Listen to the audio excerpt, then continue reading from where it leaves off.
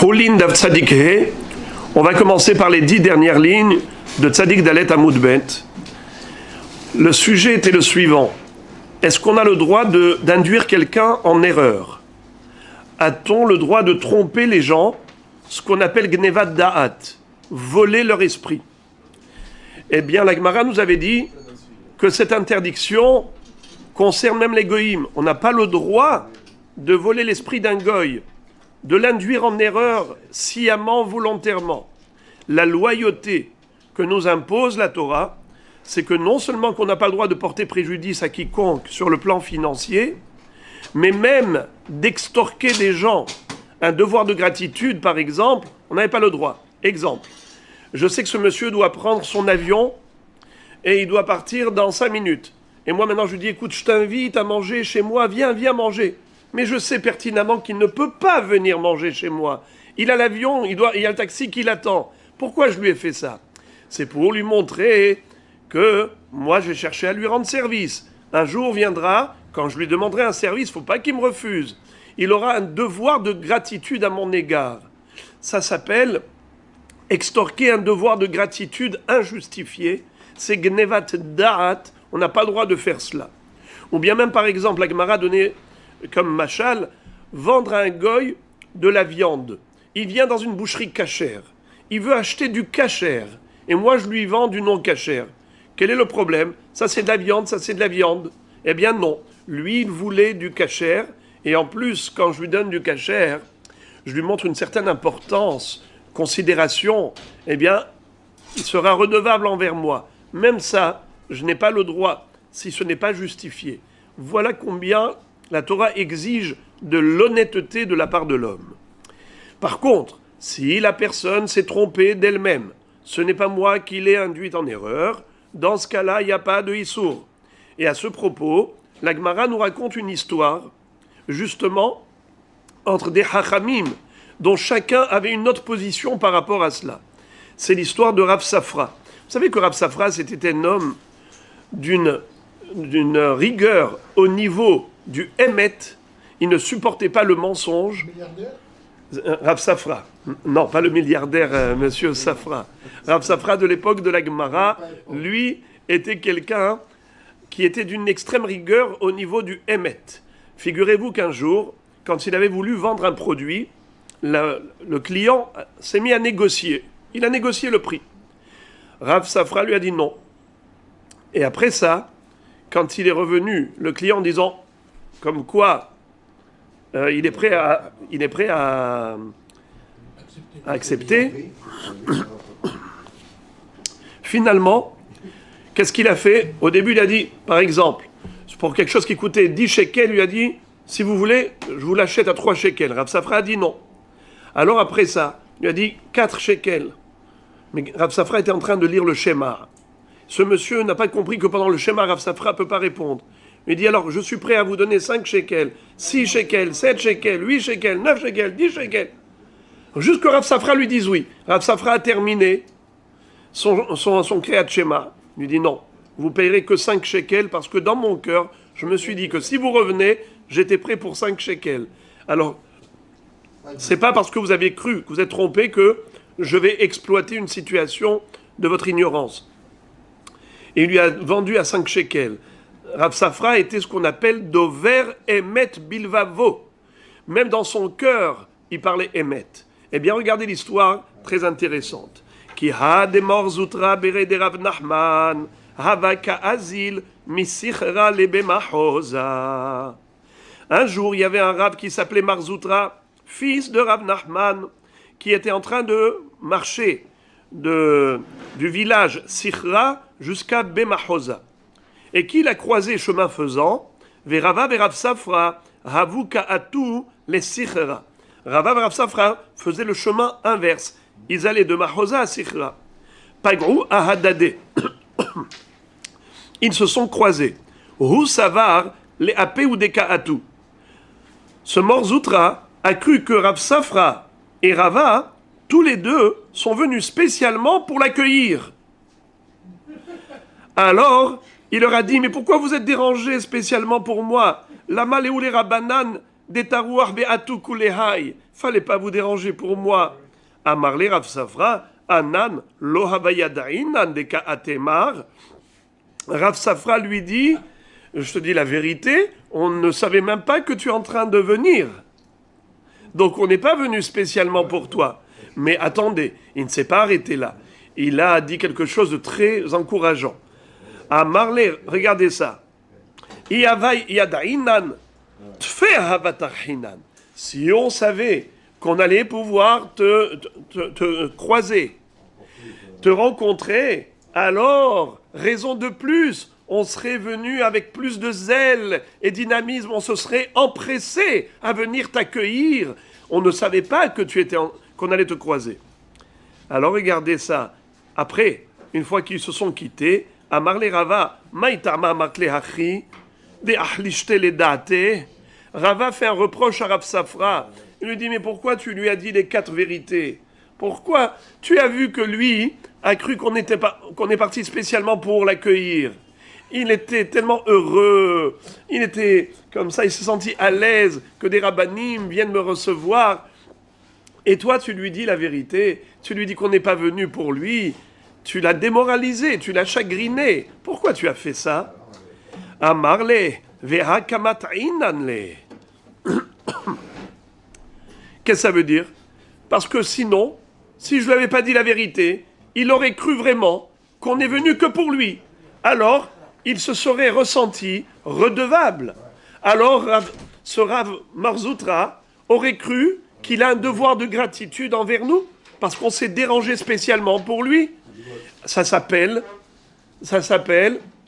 Gnevat Dat, voler l'esprit de l'autre. Eh bien, je ne voulais pas l'induire en erreur. Regardez ce que Rava lui répond. Non, ça ne s'appelle pas l'induire en erreur. Ihu ou des kamata'en nafshe. C'est lui-même qui s'est trompé. C'est pas nous qui lui avons dit qu'on est venu pour lui. Si on lui avait dit, on est venu spécialement pour t'accueillir, et donc nous on l'aurait induit en erreur, comme ça il sera redevable envers nous. Ça s'appelle Gnevat Da'at. Mais nous on lui a dit quelque chose, on lui a rien dit. Lui il a pensé ce qu'il a pensé, c'est lui-même qui s'est trompé. C'est pas nous qui l'avions induit en erreur. Donc on a commis aucun issour. Alors pourquoi tu lui as dit ça? Ce n'était pas nécessaire. Stam, tu l'as démoralisé pour rien. Tu l'as chagriné inutilement. Alors voyez-vous ici, Rav Safra est toujours égal à lui-même. Rav Safra, cet homme de vérité, cet homme qui avait une telle exigence pour le Emet, Dover Emet Bilvavo, ne pouvait pas supporter le moindre mensonge, même dans les esprits. Ça veut dire même quelqu'un qui va tout seul se tromper, si c'est à cause de moi qu'il va se tromper, eh bien non. Voyez-vous. Mais Rava dit, ça s'appelle pas induire quelqu'un en erreur.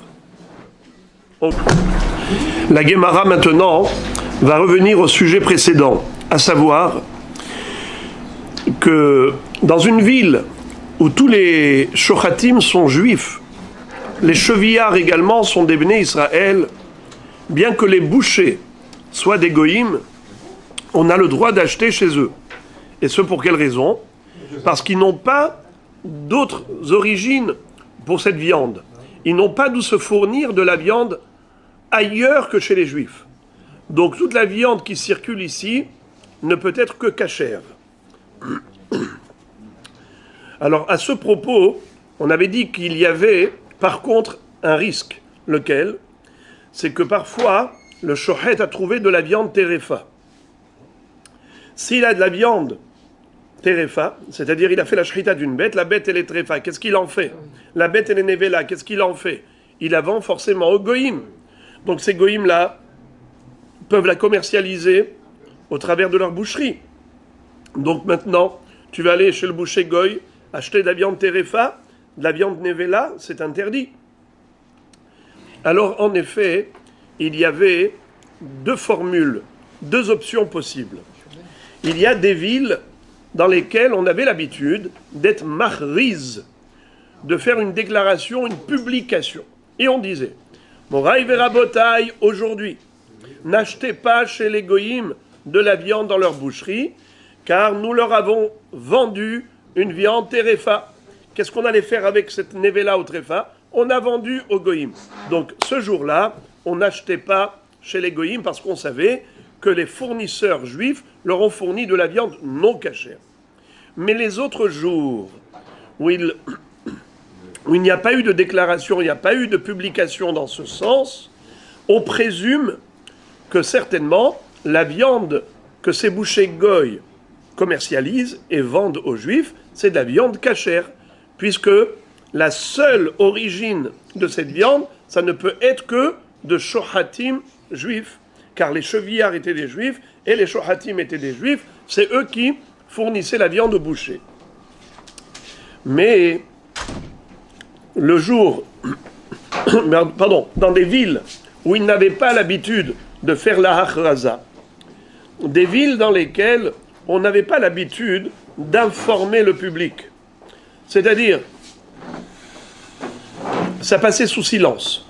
Si jamais il y avait une bête terefa, alors qu'est-ce que le juif va faire avec? Le chevillard, qu'est-ce qu'il va faire avec? Il va la revendre au boucher goy. Mais il y avait des villes où on n'avait pas l'habitude de dire Moraï Verabotai, aujourd'hui on a vendu une terefa au goy. Eh bien, dans des villes pareilles, on n'avait pas le droit d'acheter chez les bouchers goy à aucun moment de l'année. Pour quelle raison? Puisque on ne sait pas qu'est-ce qu'il a comme viande.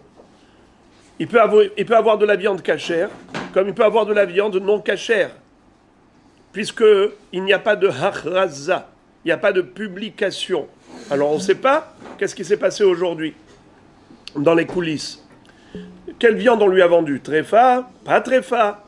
Comment est-ce qu'on peut prendre le risque d'acheter chez un boucher goy alors qu'il se peut que la viande qu'il a soit terefa? Dans des villes pareilles, on n'achète pas du tout. Dans quelle ville on peut se permettre d'acheter de la viande chez un boucher goy? Dans une ville où tous les chevillards sont juifs, tous les shochatim sont juifs, et la seule possibilité pour ce boucher goy, c'est de se fournir chez des juifs, là c'est permis d'acheter chez lui, et uniquement si l'habitude est d'être mahriz lorsqu'il y a une terefa. Que si jamais il y a eu un incident, et que le shohet juif a une bête qui n'est pas cachère, soit parce qu'elle est terefa, soit parce qu'elle est nevela, et on la revend au goyim, alors on dit attention, aujourd'hui, 24 Adar, on n'a pas le droit d'acheter chez les bouchers goy, car on leur a vendu de la terefa. Là, le jour où on publie, le jour où on ne publie pas, ça veut dire que c'est cachère.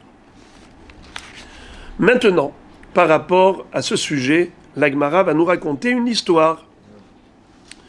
Haouta baha de amarle le havre, I hava payest minai, milosafeilach, mishor shel patam de avde etmol.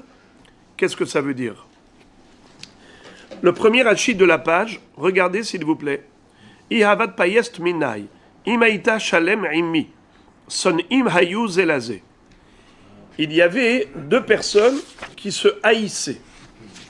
L'un d'entre eux était un monsieur malin, rusé, enfin, d'après une version de la Gemara. L'un d'entre eux avait raconté à son adversaire, il lui a dit, tu sais pas combien tu perds d'être toujours en conflit avec moi. Si tu étais mon ami au lieu d'être mon ennemi, tu aurais été gâté. Moi, je fais souvent des steaks, du barbecue, mais alors, quel délice. Rien qu'hier, j'ai abattu un bœuf, un shor shel patam, des bœufs que l'on gave, des bœufs de gavage. Ah, qu'est-ce qu'il était gras. Cette viande, c'était du beurre. Mais alors des entrecôtes, hier j'ai servi à tous mes invités, ils ont fait un kiff. Toi, tu n'as pas eu ça, hein? Tu aurais été mon ami, tu aurais bien profité. Il lui a dit avec un sourire jusqu'aux oreilles, eh bien moi aussi j'en ai profité. Comment? Une amarlé, achlé mi choufré. Il lui a dit, moi j'en ai mangé du meilleur morceau de ton bœuf. De ce fameux bœuf dont tu parles. Amar le min alach. Il lui a dit, d'où tu l'as eu d'où tu as eu cette viande? Amar le des avan peloni rovet kochavim. Vesafali. Il y avait un goy. Moi, j'ai un voisin, j'ai un goy qui a été acheté à la boucherie là-bas. Il est venu de là-bas, de cette boucherie, toi, parce que lui, c'était un chevillard, ce monsieur. Toi, tu as vendu à ce boucher, et bien, le goy, il a acheté de cette boucherie, et il m'a donné cette viande. D'accord? Il a pris de là-bas, il m'a donné. Donc, il n'y a aucun problème. Donc, moi aussi, j'en ai bien goûté de ce bon bœuf. T'avais raison, il était délicieux. Amarle, très avde, haou terefa hava. Il lui a dit, mais moi, hier, j'ai fait la shrita à 2 bœufs. Un était kasher, l'autre était taref. Le taref que j'ai vendu là-bas à ce boucher, c'était du taref. Tu as mangé d'atrefa. Waouh. Le bonhomme a failli faire un infarctus. Amarabi, vechi. Alors, rabotaille. On est dans un endroit où, dans une ville où normalement, on proclame. Donc, puisqu'on proclame, on a le droit d'acheter de la viande chez les goïms, parce que ils ne peuvent acheter que chez les juifs. La provenance de cette viande, elle est juive. Et si on n'a pas fait la achraza, c'est que tout va bien. Maintenant, il y en a un qui a fait une bêtise. Il a vendu au goïm la tréfa et il n'a pas été machriz. C'est un méchougar. Alors maintenant, est-ce qu'on va annuler tout le système? Rabbeinu Akadosh va dire non, on ne va pas annuler tout le système. Notre système est valable. Il est valide. C'est quoi notre système? Dans une ville pareille, où tous les chevillards et les shochatim sont juifs, et on fournit à des bouchers goy, lorsqu'il y a une terefa, on l'annonce. On fait une publication auprès de tous les habitants juifs de la ville, on leur dit attention, aujourd'hui n'achetez pas chez le boucher goy. On lui a vendu de la terefa. Cette fois-ci, on a eu un Meshuggah qui n'a pas publié. Il a vendu de la terefa au boucher goy, il n'a pas publié. Qu'est-ce qu'on fait avec un homme pareil? Est-ce que lui devient la règle? Est-ce que lui devient la référence générale? Pas du tout. L'exception reste l'exception. Le système qu'on a instauré dans des villes juives où c'était comme ça que ça fonctionnait, on ne va pas changer, modifier les règles à cause d'une personne qui n'a pas agi selon les règles. Regardez comment Rabbeinu Akadosh s'est exprimé à ce propos. Amar Rabbi, Bishvil shoteze she'asa shelo kahogen anu ne'esor kol hamakulin. Est-ce que à cause d'un imbécile qui s'est mal comporté, qui n'a pas publié, à cause de lui on va interdire toutes les boucheries? C'est sûr que non. On ne va pas interdire toutes les boucheries à cause d'un sot, d'un insensé. Et la Gemara de conclure, Rabbi letameh de Amar, Makulin vetabahe Israël, Basar animtza biad ovet kochavim mutar. Qu'est-ce que ça veut dire? Rabbi nous a enseigné que dans une ville où les Makulin vetabahe Israël, c'est-à-dire Makulin, c'est quoi Makulin? C'est le Hitliz. C'est quoi Hitliz? Boucherie.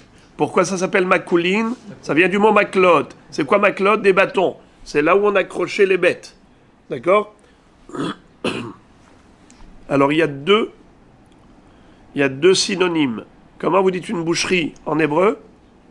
Soit Hitliz, soit Makulin. Comment il appelle ici en Israël aujourd'hui dans l'hébreu moderne? Katzvia. Katzav, c'est quoi Katzav? Un boucher. Alors Katzvia, la boucherie. Pas mal, non? Comme l'avion, comment il appelle? Aviron. Avir, l'air. Aviron, l'avion. Matos. Tas, matos. On fabrique des mots, c'est sympathique. Alors, Rabbi letameh de Amar, Makulin vetabahe Israël, Basar animtza biad ovet kochavim mutar. C'est comme ça que Rabbeinu Akadosh disait que lorsque dans la ville les chevillards, les shohatim sont juifs les boucheries sont tenues par des goïms, on a le droit de prendre la viande chez eux. Et regardez Rashi, Basar animtsa biad oved kochavim, Sham, shelokho minat tabbahim, leistaker bo, deu vadai lo shahata. Pourquoi est-ce qu'on a le droit de prendre la viande chez ces bouchers goïms? Parce que c'est sûr qu'eux n'ont pas fait la shrita puisqu'ils n'ont pas de bêtes. Les seuls chevillards sont des juifs et les shohatim sont des juifs. Ika de Amré, deuxième version de cette même histoire. Quelle fut la réaction de Rabbi? Amar Rabbi, mi pene shoteze, de chaven et tsaour et les havre, anune sor kol amakulin. La Gemara dit que Rabbi, en fait, a analysé la psychologie de cet homme-là. Il a dit, cet homme, en fait, il n'avait pas du tout de tréfa. Simplement, il a cherché à piquer son adversaire. Comme l'adversaire l'a bloqué, il lui a dit, tu crois que j'ai été privé parce qu'on est en conflit, tu m'as privé d'un bon steak. T'inquiète, ce bon steak, je l'ai bien mangé hier. Alors l'autre, qu'est-ce qu'il a fait pour susciter un problème de conscience chez l'autre? Parce qu'il a vu qu'il a bloqué, il a plaqué. Alors, il lui a dit, tu as mangé du taref. Rabbeinu Akadosh dit, c'est pas vrai. Il n'a pas mangé du taref. Il n'y avait pas de deux bêtes. Il n'y en avait qu'une seule. Stam, il a simplement inventé une histoire en lui disant, il y avait deux bêtes, une taref et une cachère. Alors, parce qu'il y a un menteur ici qui a voulu piquer l'autre, l'embêter, le taquiner, alors nous, maintenant, on va changer tout le système? Pas du tout. Les gens restent dans leur esprit conflictuel. Malheureusement, la bassesse humaine. Il y a des gens comme ça qui ne sont pas capables de se réconcilier. Donc, à cause de ces gens-là, maintenant, on va considérer que toute la société, maintenant, doit changer de formule? Pas du tout. La Gemara quand même dit, Tama de chaven et tsaour et le havre, ha lavachi asur, ve'atanya, Rabbi Omer, makulin, ve'tabache Israël, basar nimtza biad oved kochavim, mutar. La Gemara dit, qu'est-ce que ça veut dire? Toute la raison pour laquelle Rabbeinu Akadosh a dit que nous n'avons rien à craindre, en l'occurrence, c'est parce que, ici, ce monsieur, on le sait, toute son intention, c'était juste de taquiner son voisin.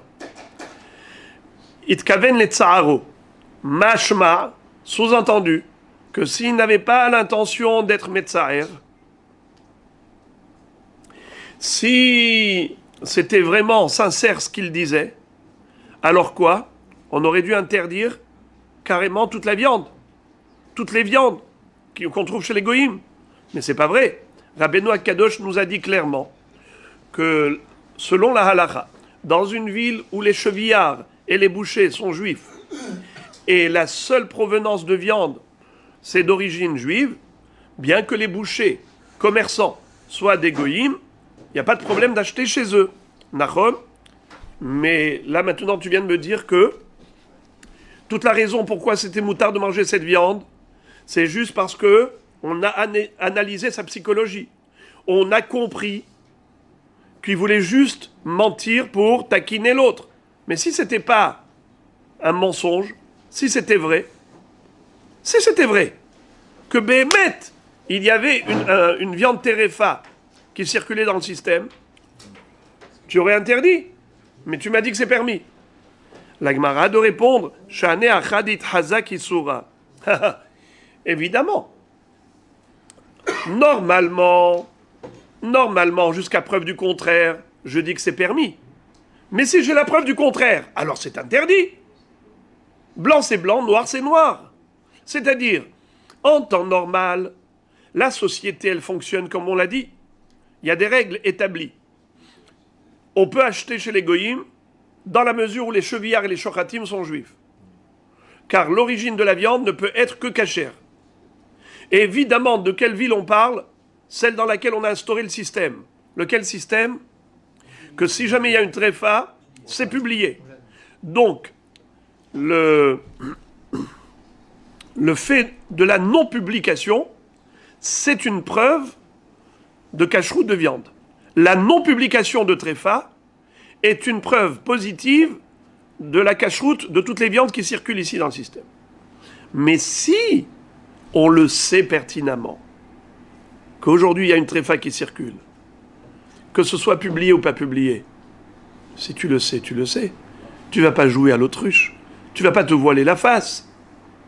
Ce monsieur-là, si on était sûr qu'il avait eu 2 bœufs, qu'il avait fait la shrita à 2 bœufs, un cachère et un non cachère, alors dans ce cas-là, qu'est-ce que tu fais? Tu vas acheter de la viande quand même? Bah d'ailleurs que non. Ah, mais ça n'a pas été publié. Et alors? Mais nous, on sait qu'il y a de la viande qui circule qui n'est pas cachère. Eh bien, ce jour-là, c'est sûr qu'on ne va pas acheter. Pourquoi Rabbeinu Akadosh a dit que on peut acheter? Ce n'est que loït hazek isura. Loït hazek isura. On n'a pas la certitude qu'il y a de la tréfa qui circule. Et en plus, maintenant, quand il lui a dit, tu vas me dire, on a la certitude? Pas du tout. C'est que pour le piquer, pour le taquiner qu'il le lui a dit. Donc voilà les 2 versions de cette histoire selon lesquelles Rabbeinu Akadosh aurait réagi différemment en fonction des versions. Et maintenant, Rabotai, on va entamer le grand sujet. C'est le sujet de Bassar Shenit Alem Mina'ain. La viande qui a échappé à l'œil, qui a échappé à la surveillance. Tel que nous le savons, une viande quelconque, même si elle était cachère, mais si elle n'était pas sous surveillance juive, eh bien, automatiquement, tu n'as plus le droit de la manger. Sauf si on a, par exemple, des simanim clairs que c'est la même viande, qu'il n'y a pas eu d'échange. Si on a un plombage, si on a un sachet fermé avec un plombage et qui n'est pas falsifiable, et ainsi de suite, là, on est tranquille. Mais sinon, on a une notion d'interdiction de Bassar Shenit Alem Mina'ain. Il faut le savoir que cette interdiction n'est pas Minatora. C'est une interdiction Miderabanan. D'accord? Parce que nous craignons qu'un corbeau, pour reprendre les termes de la Gemara, c'est que le corbeau peut prendre la viande de quelque part, il va dans les abattoirs, il aime la viande. Il prend de la viande, d'où de quel abattoir? De Goïm. Et il l'amène ici. Mais voilà qu'ici, il a trouvé une autre viande meilleure. Il a laissé celle des Goïm, il a pris l'autre. Alors, si c'est déjà arrivé, je vais vous raconter une histoire en préambule, bien que ça vous paraisse un peu bizarre cette histoire de corbeau, mais je voudrais vous raconter une histoire. Le Rav Zilberstein de Bnei Brak, le Rav de Ramat El Hanan, a raconté qu'un jour, il y avait un juif religieux qui a voyagé, qui a fait quelques heures d'avion aux États-Unis, et chemin faisant, on a distribué les barquettes à tous les voyageurs. Donc, comme c'est une compagnie Goy, c'était du non-cachère.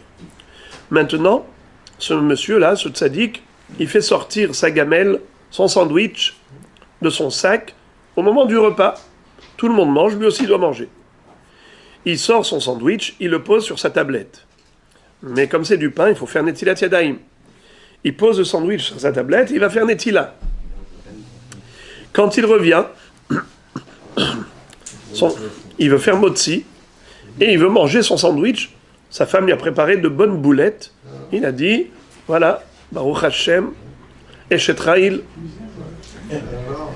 Et du coup, il se rend compte qu'il a laissé sa viande sans surveillance.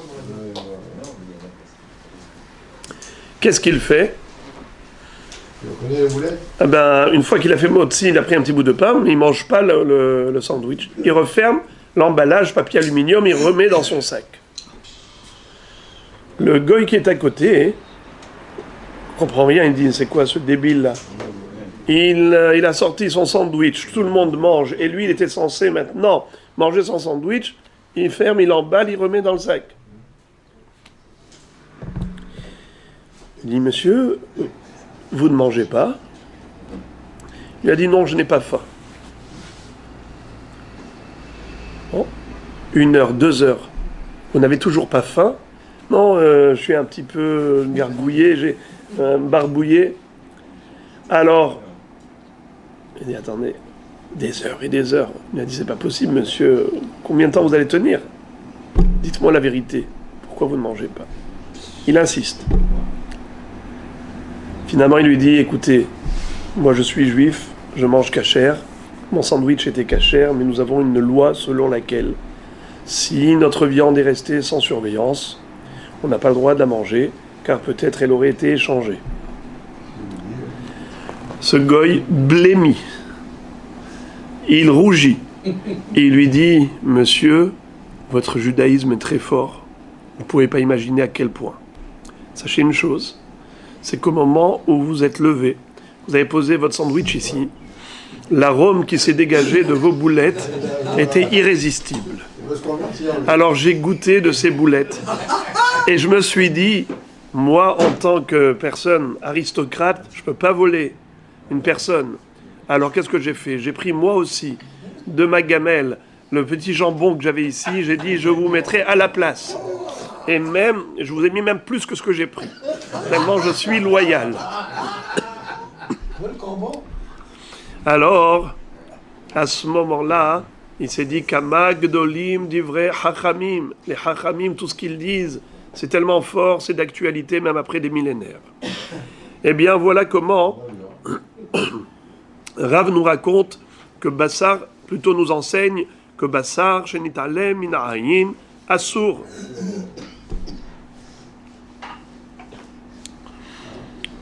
La Gemara pose la question, elle dit comment peux-tu dire que c'est Assour Metive? Rabbi Omer, Makulin vetabahe Israël, Bassar animtsa beyad ovet kochavim mutar. Alors, comment se fait-il que Rabbeinu Akadosh nous aurait autorisé d'acheter de la viande chez les goïms alors que cette viande elle est restée sans surveillance? D'accord? Alors qu'est-ce que tu me dis? Parce que nous avons ici que des chevillards et des shochatim juifs.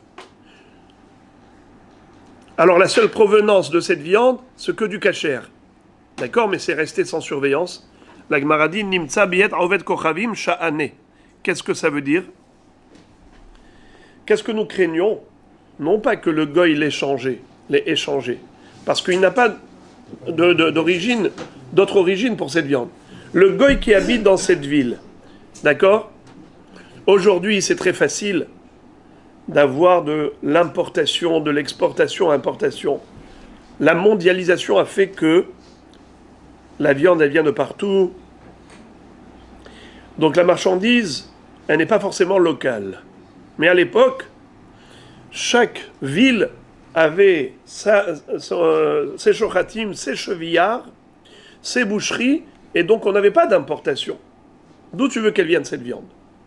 Le seul porteur de cette viande, ce serait un corbeau, qui a pris d'ailleurs et qui l'a amené ici. C'est la seule possibilité.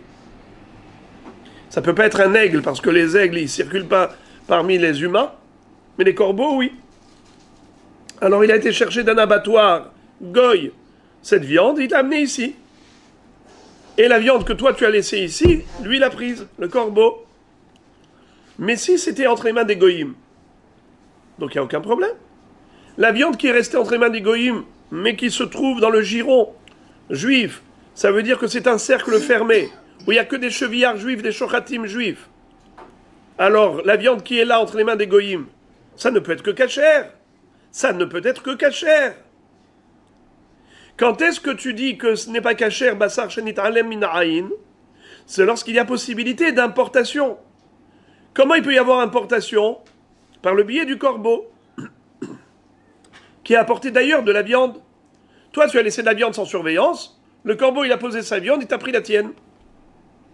Alors la viande que tu as, d'où elle vient? Celle que le corbeau a amenée d'un abattoir, goy. Voilà pourquoi Bassar shenit alem mina'ayin assour. La viande qui a échappé à l'œil est interdite, parce que ça a échappé totalement à l'œil. Mais si c'était sous surveillance même d'un goy, il n'y a pas de problème. Car le goy, il peut rien faire. Il peut pas amener de la viande interdite à la place de cette viande cachère.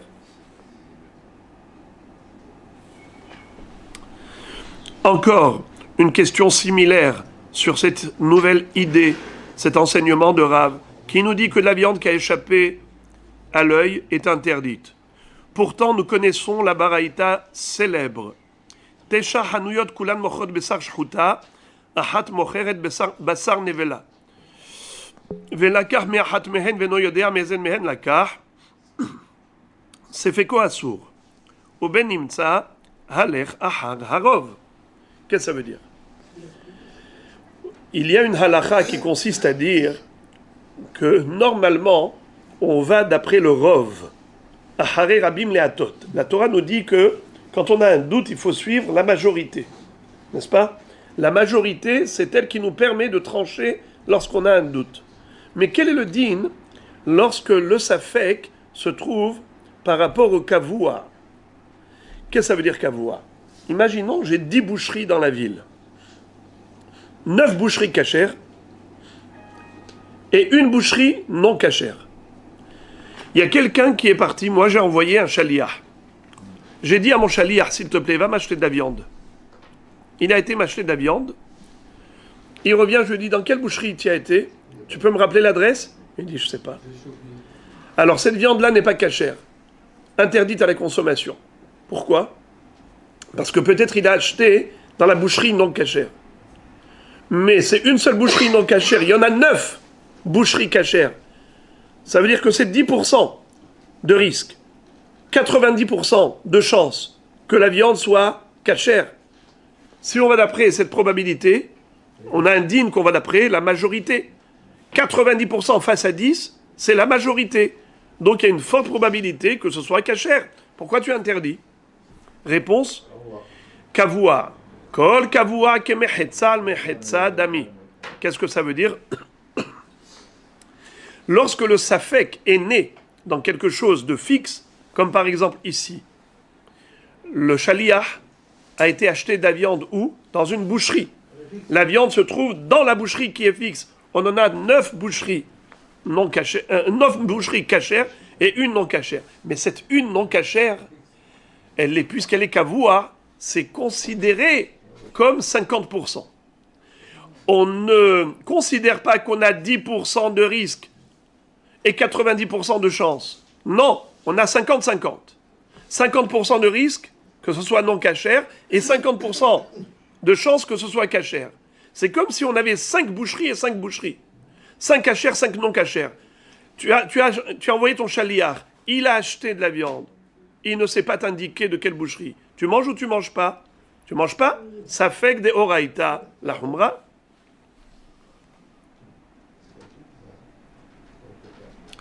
Alors maintenant, ça c'est lorsque le chaliah a acheté de la viande dans une boucherie et il ne sait pas de quelle boucherie il a acheté. Ça s'appelle safek bakavua. Mais si le safek n'est pas par rapport à quelle boucherie. Imaginons, j'ai trouvé de la viande. J'ai trouvé de la viande comme ça au milieu. Entre les 9 boucheries, j'ai trouvé sur un banc un sachet avec de la viande dedans. Un sachet, j'ai exagéré. De la viande ouverte comme ça. J'ai un morceau de viande, un beau paleron, posé sur le banc. Alors, j'ai le droit de prendre ou pas? Oui. Pourquoi? Parce que là, je dis, on va d'après la majorité. 10% de risque que ça provienne de la boucherie non cachère. 90% de chance que ça provienne des boucheries cachères. Le safek, où est-ce qu'il est né? Dans le kavua, dans les boucheries, ou bien est-ce qu'il est né à l'extérieur? Une fois que la viande a été sortie de la boucherie. À l'extérieur. Là, c'est plus kavua. Puisque ce n'est plus dans le kavua que le safek est né, on revient à la règle générale. Laquelle? Rov. Olchim ahar harov. La probabilité, c'est que ça provient de la majorité. Kacher. La Gemara pose la question, elle dit, excuse me, au niveau des règles, tu m'as bien expliqué, mais il y a un souci, tu viens de m'enseigner que la viande qui a échappé à l'œil est interdite. Basar shenit ale minayin, de la viande qui est restée sans surveillance est interdite. Alors comment tu m'as dit que c'est cachère? Ça, c'est la grosse question. Regardez la réponse. Hachanami benimtsa beyad oved kochavim. Qu'est-ce que ça veut dire? Détrompe-toi. Tu as cru que l'autorisation de manger cette viande, c'est même dans le cas où j'ai trouvé la viande posée sur un banc. Faux. Cette viande-là de nimtsa, c'est pas nimtsa sur un banc. Nimtsa beyad oved kochavim. Ça veut dire que cette viande-là, elle était dans la main d'un goy. Donc c'est pas resté sans surveillance. C'était sous la surveillance du goy. Ça exclut quelle possibilité? Ça exclut quelle hypothèse, les amis? Bravo. Ça exclut l'hypothèse de l'importation. Comme on a dit, ce fameux corbeau-là qui peut te ramener des abattoirs de l'entourage, des abattoirs goy qui se trouvent dans l'entourage, eh bien ça, c'est exclu. Pourquoi c'est exclu? Car cette viande est restée toujours dans la main d'un être humain. Donc c'est impossible de dire que c'est de la viande qui provient d'ailleurs. D'où ça provient? Que de la ville.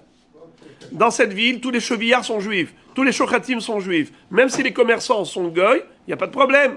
Et même si j'ai trouvé la viande à l'extérieur, et on a 9 boucheries cachères et une boucherie non cachère, on va d'après la majorité, probabilité, majorité. Eh bien, on a répondu à la question. On avance.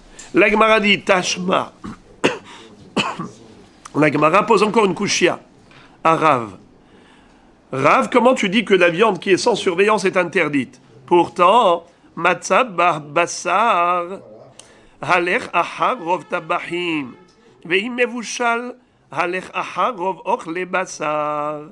Qu'est-ce que ça veut dire?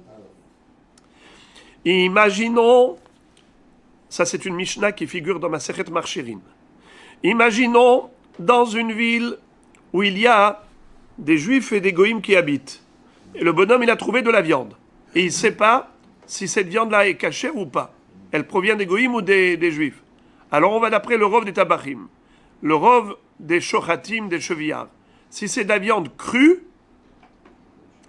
on va d'après le rov des bouchers, le rov des shochatim, le rov des chevillards, puisque cette viande a été d'une bête qui est certainement cachère, puisque le rov des shochatim ici sont des juifs, le rov des chevillards sont des juifs, la viande elle est certainement cachère. Mais si c'est de la viande cuite, alors là, on va d'après le rov ochle bassar, c'est-à-dire, bien que le rov des bouchers, le rov des chevillards sont des juifs, mais il se peut que le goy ait acheté cette viande cachère et il a cuisiné chez lui. Est-ce qu'on a le droit de manger de la cuisson d'un goy? Non, n'est-ce pas? Hachamim ont voulu mettre une barrière de sécurité face à l'assimilation pour éviter les mariages mixtes. Ils ont dit qu'on n'a pas le droit de manger de la cuisson d'un goy. Maintenant, tu trouves de la viande cuite, un beau paleron. Tu ne sais pas qui est le propriétaire. C'est abandonné. Alors maintenant, tu manges ou tu manges pas? On te dit, ça dépend de la majorité des consommateurs. Maintenant, il ne faut plus te référer aux vendeurs, mais plutôt aux acheteurs. Car cette viande-là, qui est cuite, elle n'est pas cuite par le vendeur. Elle est cuite par l'acheteur. Alors maintenant, tu dois te focaliser sur une autre recherche. Le rov ici, c'est pas le... il ne faut pas voir le rov des vendeurs qui sont des chevillards juifs, des shochatim juifs. Quel rapport? Ça, c'est une viande cuite. Donc ça ne provient pas de chez eux, ça provient d'un particulier. Alors si la majorité des particuliers qui habitent dans cette ville sont des juifs, alors je dis que cette viande elle a été cuite par qui? Par des juifs. Mais si la majorité des habitants sont des goyim, bien que la viande elle était initialement cachère, car la majorité des shochatim sont juifs, mais cette viande-là, elle est interdite, parce qu'elle a été cuisinée par un goy. Quelle est ici la question que l'on pose à Rav? Qui veut me dire en un mot? La question, c'est que si on a trouvé cette viande crue, on a dit que c'est cachère dans la mesure où le rov des shochatim et chevillards sont juifs. Ma pitom. Mais c'est basar shenit alem min ha'ain. C'est de la viande qui a échappé à la surveillance, qui a échappé à l'œil. Nachon. La Gemara dit vechitema chanami nimtza biad oved kochavim. Et si tu vas me dire que là encore, on pourrait dire que on t'autorise de manger cette viande crue que dans la mesure où elle était dans la main du goy et que c'est sûr qu'il n'y a pas eu d'importation de corbeau, que le corbeau ne l'a pas importé d'ailleurs. Si tu vas me dire que c'est de cela qu'il s'agit, alors dans ce cas-là, mevushal halech aharov ochle basar venechze id rovet kochavim nakitle veid Israël nakitle. Je comprends pas. Tu m'as dit si la viande elle est cuite, alors ça dépend de la majorité des habitants. S'ils sont majoritairement juifs, la viande est certainement cuite par un juif. S'ils sont majoritairement goy, la viande est certainement cuite par un goy. Excuse me, my friend. Puisque tu me dis que la viande, elle était entre les mains du goy ou entre les mains du juif, c'est-à-dire la viande n'a jamais été abandonnée. On ne parle pas d'une viande abandonnée. C'est une viande qu'on a trouvée dans la main de quelqu'un. Eh bien, regarde, c'est qui ce quelqu'un? Il est juif ou goy? S'il est juif, donc c'est lui qui l'a cuisiné, c'est lui qui l'a cuit cette viande, donc elle est cachère, c'est la cuisson d'un juif. Si c'est un goy qui tient la viande, donc c'est un goy qui l'a cuisiné, donc c'est assour. Pourquoi tu as besoin d'aller selon la probabilité, majorité? Mais de quelle majorité tu parles? Tu as une certitude! Soit il est goy, soit il est juif. C'est qui tient cette viande? Donc forcément, on ne parle pas de la viande qui se trouve dans la main de quelqu'un, dans la main de quiconque. C'est de la viande qu'on a trouvée à l'extérieur. Et tout de même, qu'est-ce qu'on a dit? Si elle est cuite, ça dépend de la majorité des consommateurs. Si elle est crue, ça dépend de la majorité des shochatim. Ça veut dire que quoi? Que si la majorité des shochatim sont juifs, donc c'est kasher. Comment ça peut être kasher? Pourtant, c'est basar shenit alem min ha'ain. C'est de la viande qui est restée sans surveillance. Tu m'as dit que le corbeau peut m'amener de la viande qui n'est pas kasher. Il a déposé ici, à la place de la viande kasher qu'il a emportée avec lui. Hein? Premièrement, on parle de la viande crue. Uno. Et deuxièmement, même la cuite, il aime bien. La Gemara continue en répondant ainsi. Achab emayaskinan be'omed vero'ehu. Qu'est-ce que ça veut dire? Excusez-moi. Oui. Achab emayaskinan be'omed vero'ehu. Ça veut dire comme ça. Que il s'agit ici de la viande qui est tombée dans le sens où il y a un monsieur qui s'est assis sur le banc et il a laissé cette viande-là. D'accord? Il est parti. Le juif qui a vu ce morceau de viande, ce paleron, posé sur le banc, oublié par ce monsieur qui était au téléphone, il a eu un téléphone en urgence, il est parti, il a laissé sa viande ici sur le banc. Alors, cette viande-là, cuite, c'est qui ce monsieur-là? C'est un juif ou un goy? On ne peut pas savoir. On ne peut pas savoir! C'est de cela qu'il s'agit. Est-ce que, par contre, ça s'appelle basar shenit alem min ha'ain? Est-ce que ça s'appelle la viande qui est restée sans surveillance? Non, parce qu'il y a toujours eu un homme avec cette viande. Il y a toujours quelqu'un qui a regardé là. Hein? Il y a toujours quelqu'un qui laisse cassurer. Bravo. C'est la raison pour laquelle il faut se référer à la majorité des habitants. Majorité goy, majorité juive. Pourquoi est-ce que j'ai besoin de cette majorité? Parce que je ne sais pas qui était cet homme-là. C'était un juif ou un goy? Il était assis sur le banc, il est parti, il a laissé ce morceau de viande. La viande, c'est sûr qu'elle est cachère, car la majorité des shochatim ici, c'est des juifs. La majorité des chevillards sont des juifs. Donc c'est sûr qu'elle est cachère.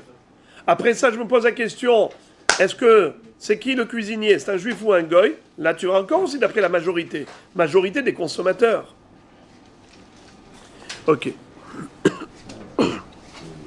Donc on a répondu? Est-ce que la question est répondue? C'est clair. Tashma, encore une question de la même nature. Nimtza bagevulim nevelot. Hatichot mutarot. Imaginons par exemple qu'on se trouve à Jérusalem, à Yerushalayim, tout est juif, tout est israélien, tout ce qu'il y a là-bas, c'est Beseder Gamour. Nachon. Maintenant, si j'ai trouvé de la viande en dehors de Yerushalayim, alors je dis comme ça, Evarim, Nevelot, Hatichot, Mutarot.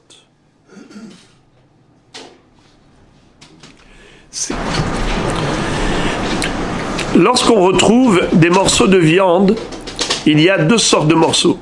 Il y a des quartiers entiers, ou des membres entiers, où il y a des morceaux. Lorsqu'on veut cuisiner, on ne met pas des gros morceaux entiers, des quartiers dans la marmite. On coupe en morceaux, du bourguignon. Alors, si je trouve jeter des morceaux de viande, si c'est entier, alors je dis que c'est peut-être des névélotes. Pourquoi ?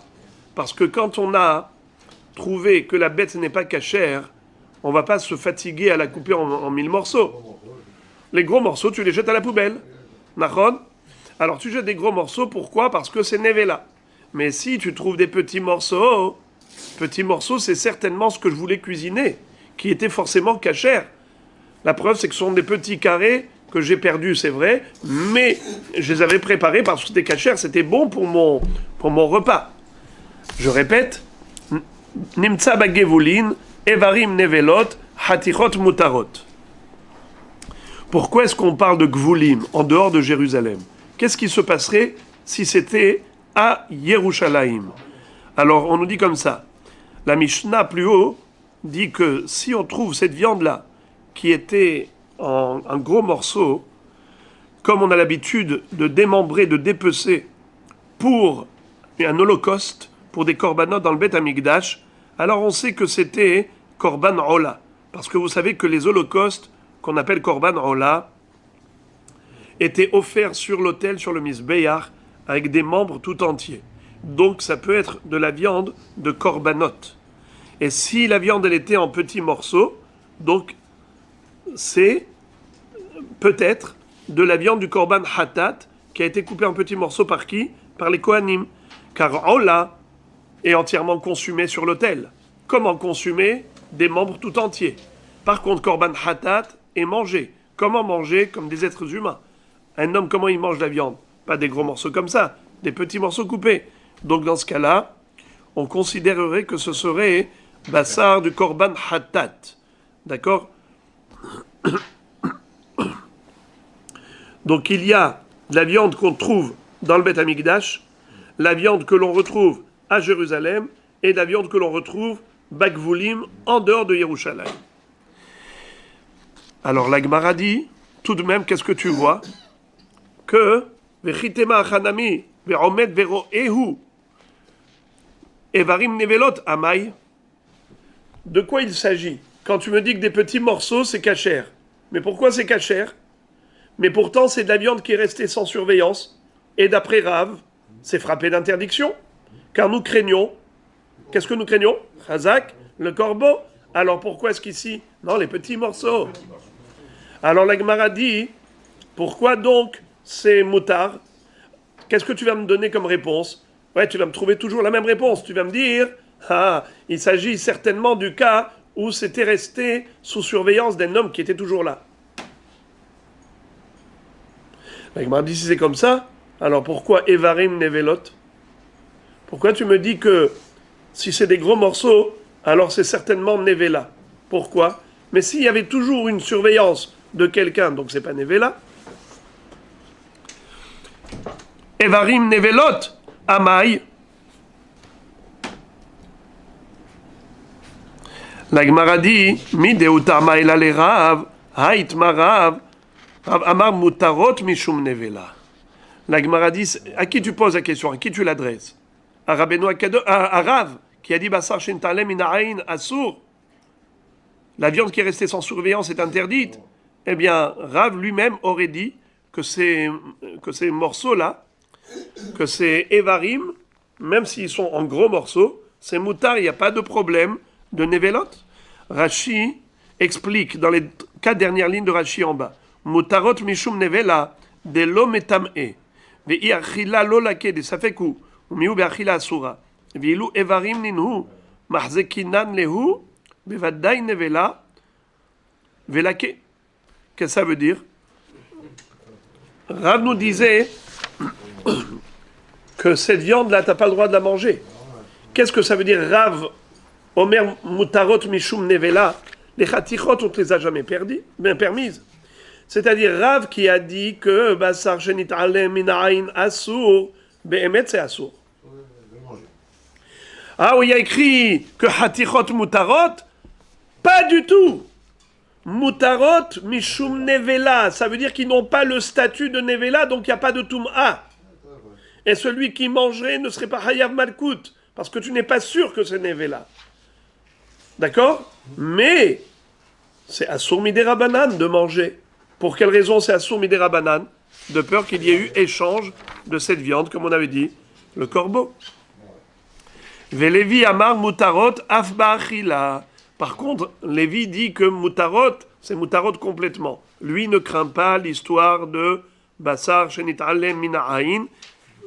Donc, il n'y a plus de question. Toute la question, c'était par rapport à Rav, qui nous a interdit de la viande qui est restée sans surveillance. Mais Lévi, lui, n'est pas d'accord avec Rav, il n'interdit pas. La Gemara dit Veha de Rav, lav befirush itmar, et la michlala itmar. Cet enseignement de Rav, en réalité, on ne l'a pas entendu directement de sa bouche, de manière explicite. Simplement, d'une histoire qui a eu lieu et de sa réaction à lui, on a cru comprendre que c'était cela sa raison. C'était quoi l'histoire? Des Rav Haya Yativ Amabra de Ishtatit. Qu'est-ce que ça veut dire? Rav était assis au bord du fleuve, sur le quai, il attendait le bateau, la barque qui faisait la navette. Vous avez des barques qui faisaient la navette d'un rivage à l'autre, d'une rive à l'autre. Il était assis en train d'attendre, et qu'est-ce qu'il voit? Il voit un monsieur, Hazia Leaou Gavra, il a vu un homme, des Hava Kamehaver Recha. Il était en train de laver la tête d'une bête. Un monsieur qui avait acheté à la boucherie de la viande, et il était là en train de laver la tête de la bête qu'il venait d'acheter. Écoutez ça. Nafal miné. Cette tête de bête là qu'il était en train de laver, parce qu'après ça il mangeait la cervelle et tout. Vous savez comment c'est très bon la cervelle. La langue et tout. Il était en train de laver. Et voilà que, paf, ça lui échappe de la main, ça tombe. Quoi, la tête? La tête. Il a perdu la tête. Il a perdu la tête. Ça, jusqu'ici, tout va bien. Et écoutez maintenant, la suite, là, vous allez être choqués. Azal a été silta. Il a été chercher un panier, comme une corbeille, comme un filet, pour récupérer sa tête qui est tombée dans le fleuve. Azal a été silta. Shada ve asiktren. Il y a deux têtes qui sont montées. Il fait monter le filet, il y a deux têtes. Donc jamais il ne pas, lui il a pris les têtes. Amarav Avde Nami Hachi. Est-ce que c'est une chose possible ça? Rav dit, mais c'est quoi cette histoire-là? Il y en a une qui est tombée, il y en a deux qui sont montées. Ah ah. Il va dire à cet homme, Asrin hu nihale. Il lui a dit, tu n'as le droit de manger aucune des deux. Les deux sont frappés d'interdiction. Pourquoi? Pourquoi? Parce que c'est sûr que c'est pas la même tête. Ta tête est partie. Ça veut dire la tête qui est tombée ici, elle est partie avec le courant du fleuve. Et ces deux-là, c'est quoi? C'est deux nouvelles peut-être. Si ce sont peut-être deux nouvelles, donc tu ne sais pas quelle est la provenance, l'origine, c'est peut-être pas cachère. Alors comment tu vas te permettre de manger?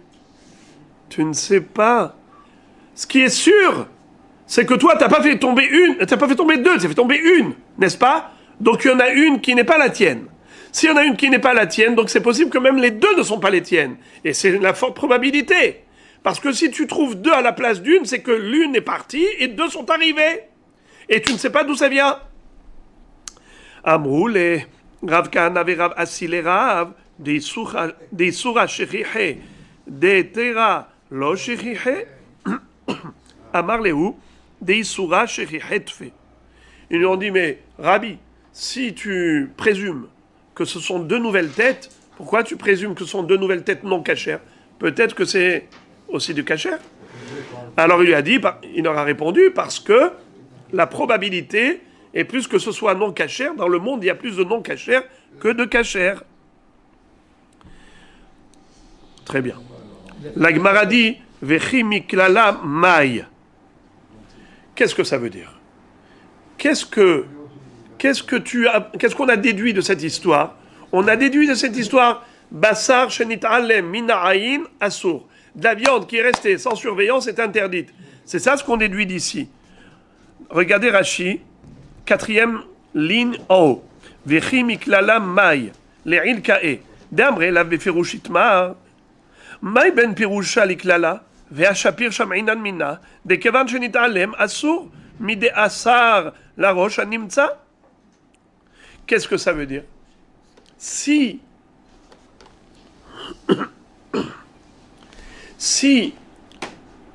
tu dis que Rav a interdit de manière explicite, ou bien il a interdit de manière implicite, qu'est-ce que ça change?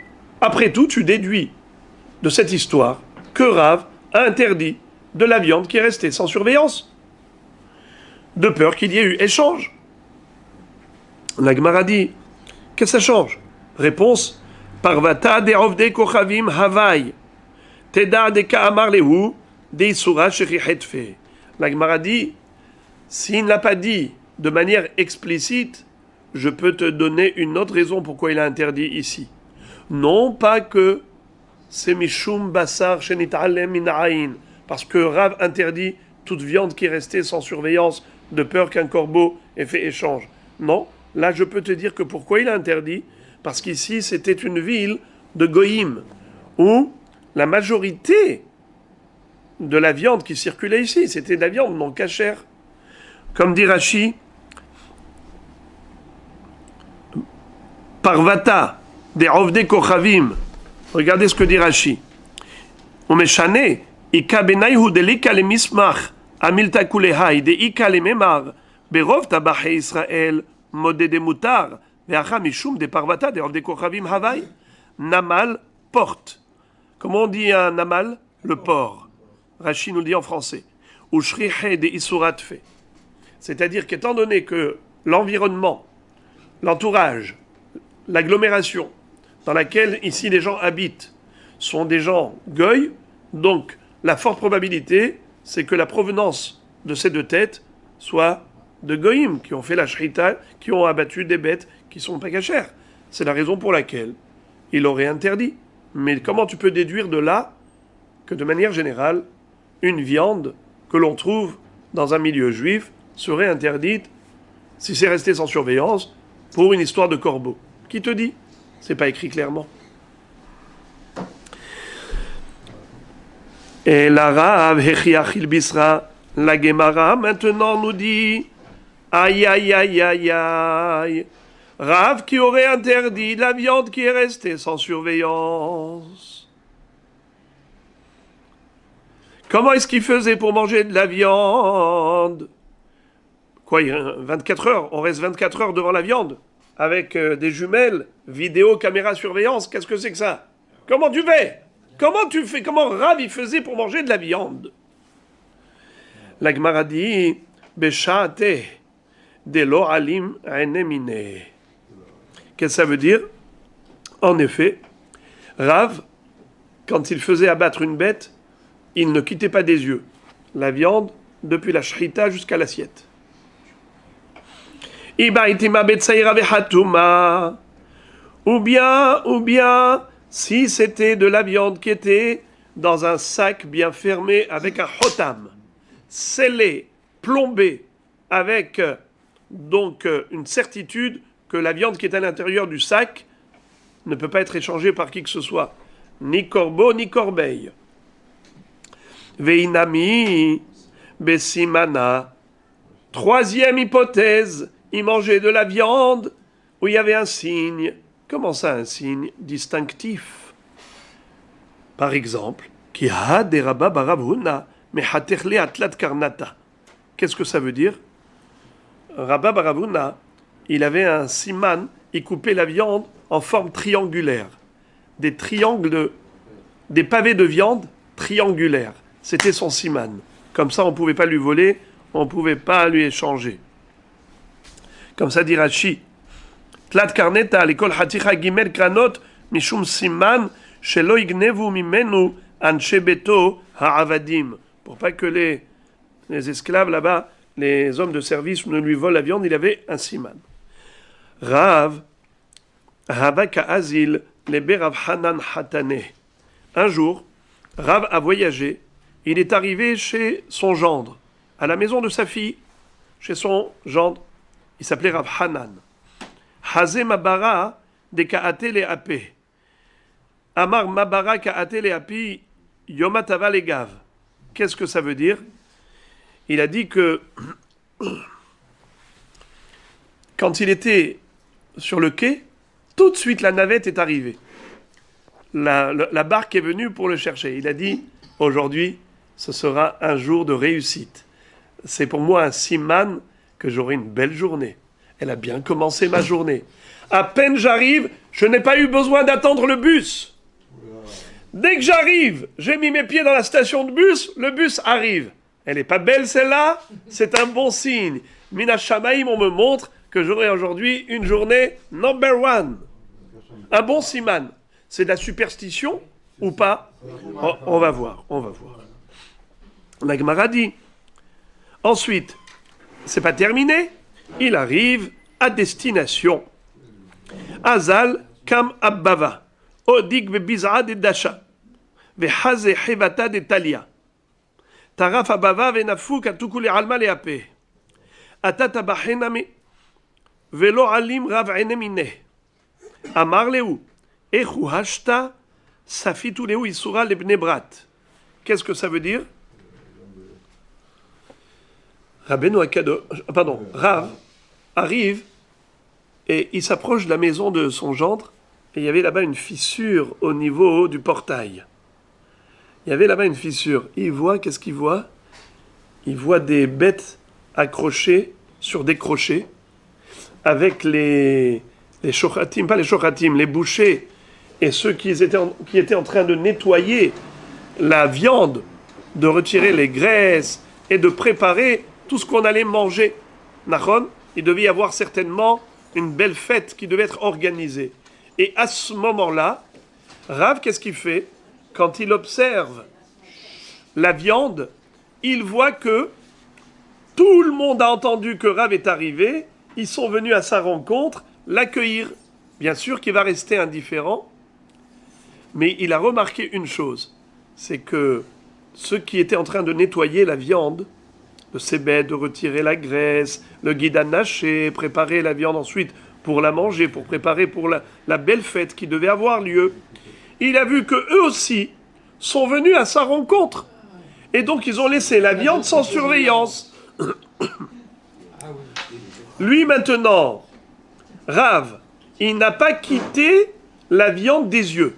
Tout le monde vient pour l'accueillir, lui dire Shalom Aleichem. Et lui, ses yeux, ils sont focalisés sur quoi? Sur les bêtes qui sont accrochées. Et là, il s'adresse après au boucher, après avoir salué tout le monde. Il a dit à tous ces gens qui nettoyaient la viande, il leur a dit, vous imaginez ce que vous avez fait? Vous avez abandonné la viande pour venir me saluer, et donc la viande est restée sans surveillance. Basar shenit alem mina'ain. Ça se trouve que vous auriez donné à manger du non-kasher à ma famille, aux enfants de ma fille. Bne brat, aux enfants de ma fille.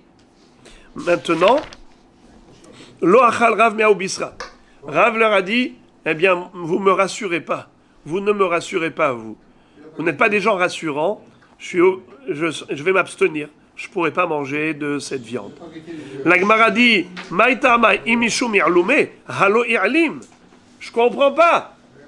Pourquoi il s'en est abstenu? Mais finalement, cette viande n'est pas restée une seconde sans surveillance, puisque même lorsqu'ils sont venus le saluer, lui, il a gardé le regard focalisé sur cette viande.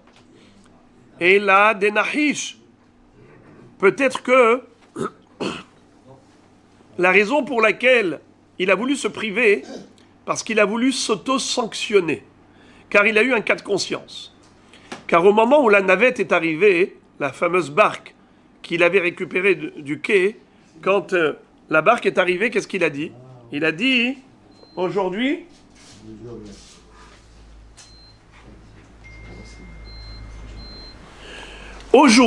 j'aurai une belle journée. Ça, c'est de la superstition. La Torah nous dit, l'otena hashu. On n'a pas le droit de s'adresser à des devins ou de faire toutes sortes de devinettes de ce type en disant ah voilà, aujourd'hui on m'a servi le petit-déj juste au bon moment, alors aujourd'hui j'aurai une belle journée. D'accord? J'ai pas eu besoin d'attendre et tout de suite c'est arrivé. Aujourd'hui ma parnassa, elle sera bonne. On n'a pas le droit de faire des relations de cause à effet qui n'ont rien à voir. C'est juste du nihouch. Alors, peut-être que Rav se serait interdit de manger cette viande aujourd'hui. À ce titre, il a dit, eh ben, je ne ferai pas de kiff aujourd'hui. Je ne vais pas me faire plaisir, je ne mérite pas.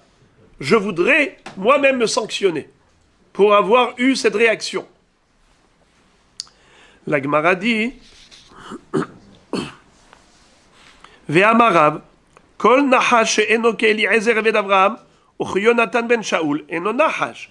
La Gemara dit, ça ne s'appelle pas du nihouch. Il n'y a pas d'interdiction. Il n'y a pas d'interdiction à se dire des choses pareilles. Pourquoi?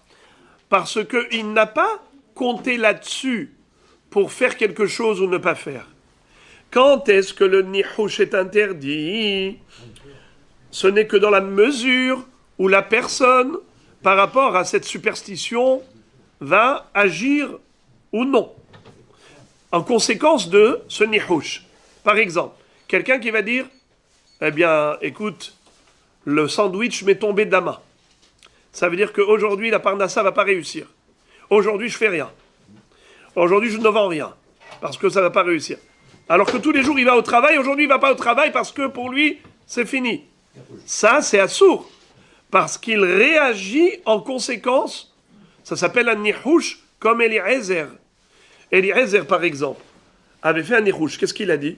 Il a dit, la jeune fille à laquelle je m'adresserai en disant, donne-moi à boire de ta cruche. Si elle me répond positivement, me disant, bois monsieur, j'abreuverai également tes chameaux. Je saurai par cela que c'était la destinée de Yitzhak. Ça s'appelle nihouch.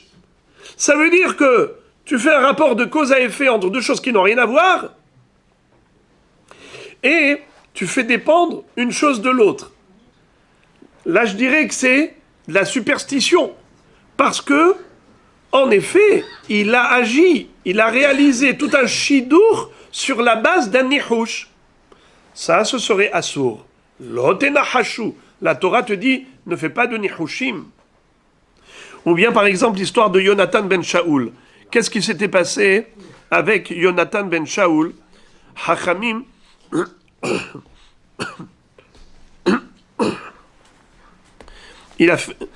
nous raconte, plutôt, dans le Navi Shmuel, il est raconté que Yonatan a dit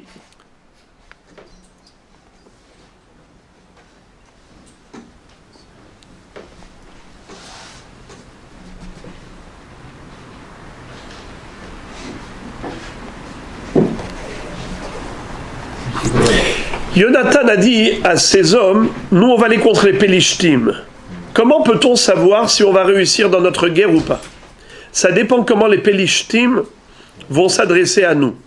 Soit ils nous disent, restez là où vous êtes, sinon on vous tue. Oh les mains! Dans ce cas-là, il ne faut pas qu'on y aille. S'ils nous disent, avec provocation, allez, venez, vous voulez vous battre avec nous? Allez, venez faire la guerre. S'ils nous disent, venez, ralou, allez-nous, montez sur nous, alors on y va et on va gagner. Là, ça s'appelle un vrai nihouch, parce qu'il va agir ou pas agir en fonction et en conséquence des paroles que les Pélishtim vont dire. Les paroles des Pélishtim, ça n'a rien à voir. Eux, ils peuvent aller faire la guerre comme ils peuvent ne pas y aller. Maintenant, qu'est-ce qu'il dit? Si il nous parle comme ça, alors on y va. Ça veut dire qu'on va réussir. S'ils nous disent comme ça, alors on n'y va pas, parce que ça veut dire qu'on ne va pas réussir. Donc vraiment, il agit en fonction des paroles des Pélishtim. Mais quel rapport avec ces paroles? Est-ce que tu vas faire? Est-ce que tu vas réussir? Ça s'appelle un vrai nihush. Quand la Torah te dit lotenachashu, ça veut dire n'agis pas en fonction de ces devins ou de ce nihush. Alors la Gemara dit, pourquoi donc Rav va vouloir s'auto-sanctionner? Il va se faire lui-même une sanction en disant je voudrais pas manger de cette bonne viande parce que j'ai commis une faute. Quelle faute? Nihush. Mais non. Quand il a dit le bateau vient vers moi à l'heure où j'en ai besoin, c'est un bon signe, ça veut dire que j'aurai une belle journée, il n'y a aucun issour de dire ça. Et là, Seouda Tareshut Havai, Verav, Lomithanne mi Seouda Tareshut. Qu'est-ce que ça veut dire? En fait, c'était une réception pour un mariage. C'était un mariage organisé pour la fille d'un Talmid Chacham qui se marie avec un ignorant. Chachamim nous dit, c'est quoi Seudat Mitzvah? Lorsqu'une fille d'un Talmid Chacham se marie avec un Talmid Chacham, la fille d'un Talmid Chacham se marie avec un Talmid Chacham, ça s'appelle Seudat Mitzvah. Mais si la fille d'un Talmid Chacham épouse un Ama Haaretz, ça s'appelle Seudat Hareshut. Et Rav, lui, disait, moi je ne mange que dans Seudat Mitzvah. Je fais des kiffs que si vraiment c'est une mitzvah. Mais Seudat Reshut, une Seuda qui est facultative, des plaisirs en plus, je ne vais pas à la recherche de ces plaisirs inutiles. C'était son habitude. Voilà pourquoi il s'est abstenu. La Gemara nous dit que c'était circonstanciel et pas relatif à une Avera quelconque. Et en tout cas, ce qui est sûr, c'est que Rav avait dit au boucher, vous avez laissé la viande sans surveillance, vous auriez pu très facilement donner à manger à ma famille de la viande non cachère. La Gemara raconte encore. Rav badik be Mabara, Shmuel badik be Sifra, Rabbi Yochanan badik be Inuka. Qu'est-ce que ça veut dire? Rav, il allait faire des affaires, du business, le jour où la navette est arrivée juste à temps. Ça veut dire que ce n'était pas juste dire des mots. Aujourd'hui, j'aurai une belle journée. Concrètement, il allait réellement faire du business ce jour-là. Alors la Gemara dit comme ça. Ici les Mefarshim expliquent. En akavana sherak al pisiman zeh mahlit im laflig olav. Shari asur la'asot ken. Ela she'im hayu lo sibot nosafot leimana me'antsi'a ubenosaf lekach lo hayta ma'avoret mezumenet haya metzaref siman zeh lish'ar hasibot velo haya maflig. Le Ran, c'est un des commentateurs, Rabbeinu Nissim. Il disait que, évidemment, c'est assourd de s'abstenir d'aller au travail parce que le bus est arrivé en retard, ou bien d'aller au travail parce que le bus est arrivé à l'heure. Ça, c'est assourd, c'est, comme on a dit tout à l'heure, c'est du nihush, que la Torah nous interdit de faire. Mais, dans l'hypothèse où il y a toutes sortes de raisons, pourquoi tu as envie de t'abstenir? Tu sens que la journée n'est pas propice à la réussite.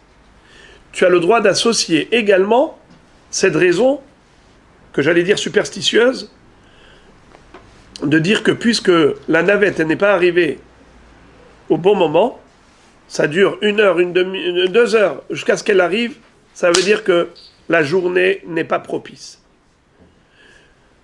S'il arrive juste au bon moment, et en plus tu vois que dans le Figaro, ils ont mis qu'aujourd'hui, la bourse nous permet et nous promet, et c'est dans le Figaro ou bien c'est que... Non, le truc là de la bourse, c'est où? C'est Figaro? On joue pas la bourse. Non, mais là où on nous dit que le business, nous... L'écho. Les échos. Alors, si dans ce journal, en plus, tu vois qu'il y a des statistiques qui te permettent d'envisager une très belle journée commerciale, tu as le droit à ce moment-là d'associer cet élément supplémentaire, mais pas te baser uniquement là-dessus. Ok? Shmuel Badik Besifra. Qu'est-ce que ça veut dire? Shmuel, il avait une autre façon de savoir si aujourd'hui il allait réussir ou pas. Il ouvrait un livre, il tombait sur un pasouk. Le pasouk qui lui tombait, c'était comme un goral. Il savait que ça allait se passer comme ça aujourd'hui. Rabbi Yochanan Badik Beinoka. Rabbi Yochanan, lui, il faisait également des recherches de ce type avec des enfants. Il disait à l'enfant, dis-moi, qu'est-ce que tu as appris aujourd'hui à l'école? Dis-moi le pasouk que tu as appris aujourd'hui. Le pasouk que l'enfant allait lui dire, il savait que c'était comme une petite prophétie. Il y en a plein des histoires comme ça, des tonnes. La Gemara nous raconte Kulehu Shenedera Vavakatavle Rabbi Yochanan les Kodem Rabbeinu Shebe Bavel. Vous allez voir l'histoire, comment avec un pasouk, Rabbi Yochanan a su que Shmuel était décédé. Que Shmuel est décédé, Rabbi Yochanan l'a deviné juste par un pasouk. Écoutez ça. Nachon. La Gemara dit que Rabbi Yochanan avait l'habitude, lorsqu'il envoyait un courrier à Rav, il le considérait son maître. Et il disait, les Kodam Rabbeinu Shebe Bavel, en l'honneur de notre Rav qui habite la Babylonie.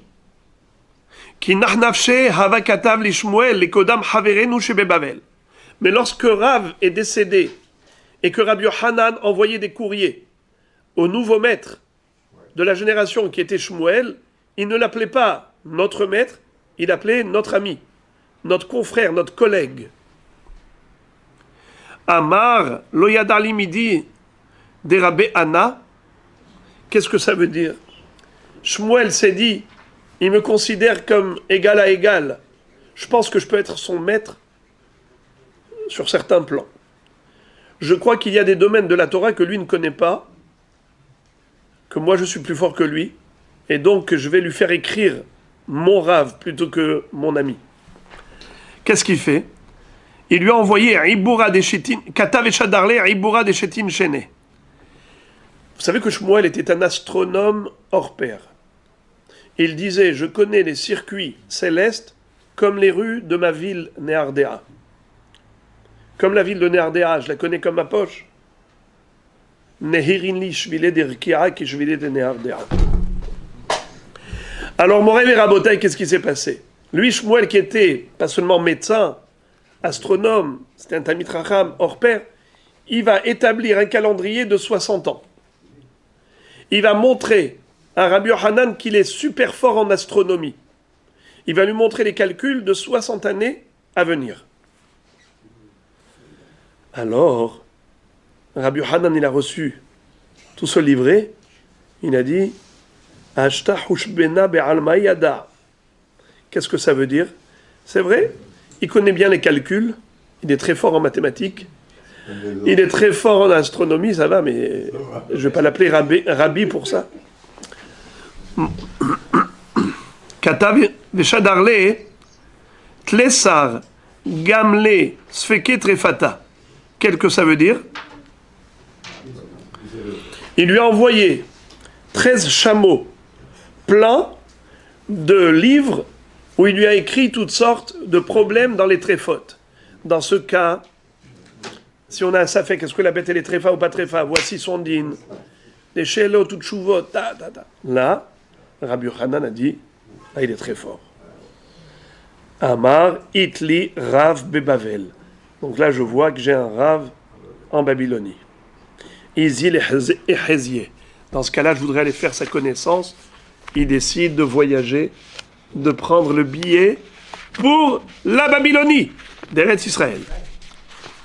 Amarle, l'inoka, psukli, psokra. Alors Rabbi Yochanan, comme il avait l'habitude, avant d'agir, d'aller consulter un enfant qui revenait du Beth Midrash, il lui dit, comme je dois voyager, dis-moi le pasouk que tu as appris ce matin à l'école. Il a pris un pasouk qui figure dans le livre de Shmuel. Dans le livre des prophètes, on a le livre de Shmuel, Samuel. Alors là-bas, dans Shmuel Aleph, Perek Kafhet, Pasuk Aleph, il est écrit où Shmuel met. Et Shmuel est décédé. Lui, il s'apprête à voyager en Babylonie pour aller rendre visite à Shmuel. Qu'est-ce qu'il entend de l'enfant? Le Pasuk dans Shmuel qui parle du prophète Samuel, bien sûr, c'est pas le même. Il y a écrit où Shmuel met. Il a dit c'est un signe qui n'est plus de ce monde. Donc je n'ai pas besoin de voyager. Shema mina nachnaf sheli Shmuel. Ça veut dire que Shmuel est décédé. Donc je n'ai aucune raison de voyager.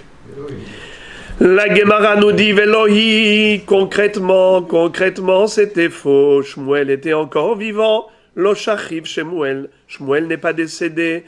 Et la kiechid elolitrach Rabbi Yochanan. Akadosh Baruch Hu n'a pas voulu que Rabbi Yochanan se dérange.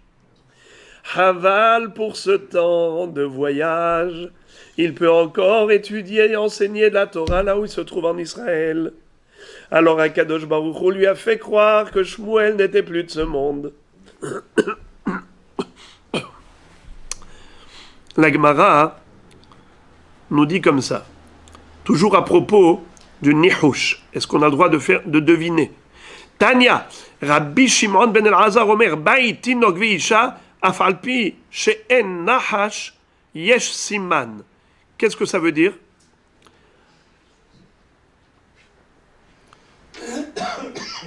Rashi explique qu'il y a trois choses, c'est la femme, l'enfant et la maison, bien que on n'a pas le droit d'être sommaire sur un nihush, mais il y a quand même un siman, c'est juste un petit siman. C'est quoi? Rashi explique, simana be'alma have miha, dei matzlach b'tzhora rishona, achar shebana bayit, או שנולד תינוק, או שנשא אישה, סימנו שהולך ומצליח, והיא לא, אל ירגיל לצאת יותר מדי, שיש לחוש שלא יצליח. Ça veut dire, un homme qui juste après avoir eu un heureux événement, il a une réussite, c'est que ça va marcher. Le bonhomme vient d'avoir un bébé. Ah, il est tout content. Après ça, qu'est-ce qui s'est passé? Il a réussi, il a fait une affaire, ça a tout de suite marché.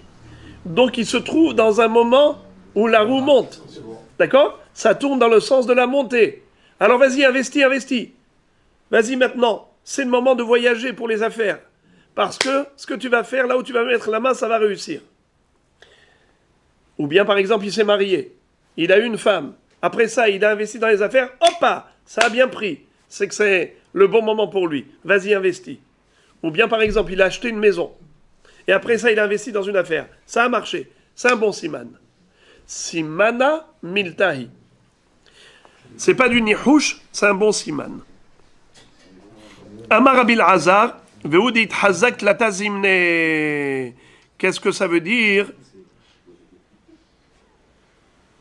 C'est seulement dans le cas où il a réussi 3 fois d'affilée, pas une seule fois. Et il a eu un bébé, il a réussi une fois, ça ne suffit pas. Ne fais pas trop de déplacements à cause de ça. Essaye encore d'autres affaires. 1 fois, 2 fois, 3 fois. 3 fois, ça a bien réussi. Après avoir eu un heureux événement, c'est que vraiment il y a une hazaka de réussite. Là maintenant, vas-y, lance-toi dans les affaires. Non, parce que c'est considéré comme un bon siman. C'est juste comme on fait à Rosh Hashanah. Qu'est-ce qu'on fait à Rosh Hashanah? On mange des choses qui ont des simanim. Et on fait des tfilotes par rapport à ces simanim. Simana be'alma. Sinon, il vaut mieux s'abstenir. Dirtiv, Yosef enenu, ve Shimon enenu, ve Binyamin tikahu, alay hayu kulana. Qu'est-ce que ça veut dire? Yaakov Avinu, quand il s'est plaint, il s'est lamenté, il a dit à Yehuda, qu'est-ce que tu veux? Qu'est-ce que tu veux? Que je te donne Binyamin? Yosef a disparu. Son fils Shimon aussi a disparu, puisque Yosef l'avait mis en prison. Il ne savait pas que c'était Yosef, son fils qui était vivant. Il croyait que c'était un vice-roi égyptien qui était cruel, qui a mis Shimon en prison comme garant pour le ramener Binyamin. Alors il lui dit, Yosef, son fils, a disparu. Shimon, son fils, a disparu. Maintenant, vous voulez prendre aussi Binyamin. Si les trois, ils disparaissent, Alay Hayu Kulana. Ça y est, c'est la fin. C'est pour lui, toute sa vie sera que des problèmes et des épreuves. Donc nous voyons de là que s'il y a trois problèmes qui s'en suivent, c'est qu'il faut croire qu'après, Alay Hayu Kulana. Donc le siman est quelque chose d'indicateur. C'est indicateur. Ok? Puisqu'on a parlé de Basar Shenit Alem Mina'ayin, avant de parler d'histoire de Nihush, de deviner, la Gemara précédemment nous avait dit que la viande qui est restée sans surveillance, d'après Rav, elle est interdite. La Gemara pose la question et elle dit Ba'amine Ravuna Merav, Beharuzin Mahu, Amarle Altehi Shote, Beharuzin, Hareze Siman. Quel est le din si on avait un collier de viande? Qu'est-ce que ça veut dire? Moi, j'avais pris des morceaux de viande, j'ai pris un fil, une aiguille, et je les ai tous mis en collier. Un collier de viande.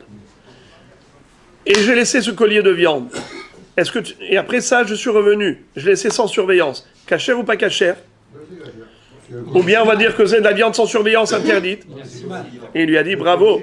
Il lui a dit ta question elle est insensée. S'il te plaît, ne pose pas de questions de bêtises. Amarle, Altehi Shote, Baharuzin, Areze Siman. Ne fais pas le fou.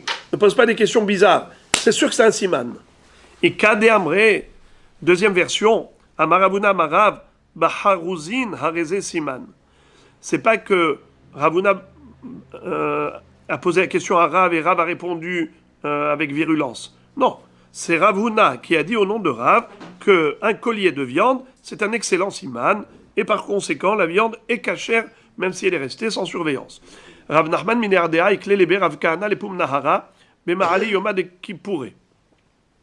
Rav Nachman de la ville de Nehardea, en Babylonie, est arrivé à la maison de Rav Kahana, qui habitait la ville de Pum Nahara. C'était la veille de Kippour. Veille de Kippour, vous savez qu'on mange bien. Atou Orve, Shadou Kavde Vechuliata. Qu'est-ce que ça veut dire? Il y a eu des corbeaux qui sont venus et qui ont lâché un parachute. Ils ont lâché de la viande. C'est quoi? C'était du foie et des reins. Pap!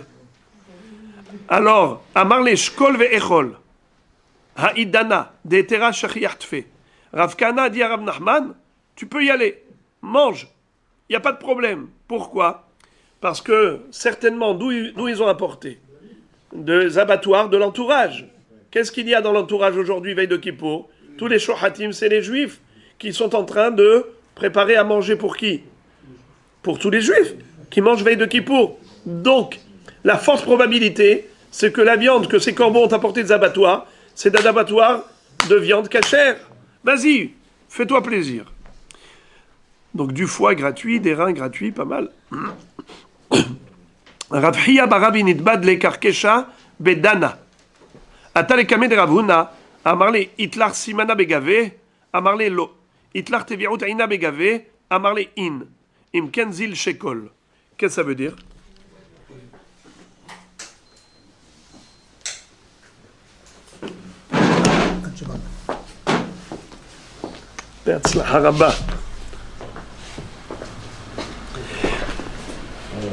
Alors, qu'est-ce qui s'est passé? À l'époque, ils utilisaient les boyaux pour, par exemple, comme aujourd'hui, on sait que les boyaux, on les utilise pour fabriquer des saucissons, n'est-ce pas? Lui, le fabricant de saucissons, il a perdu ses boyaux.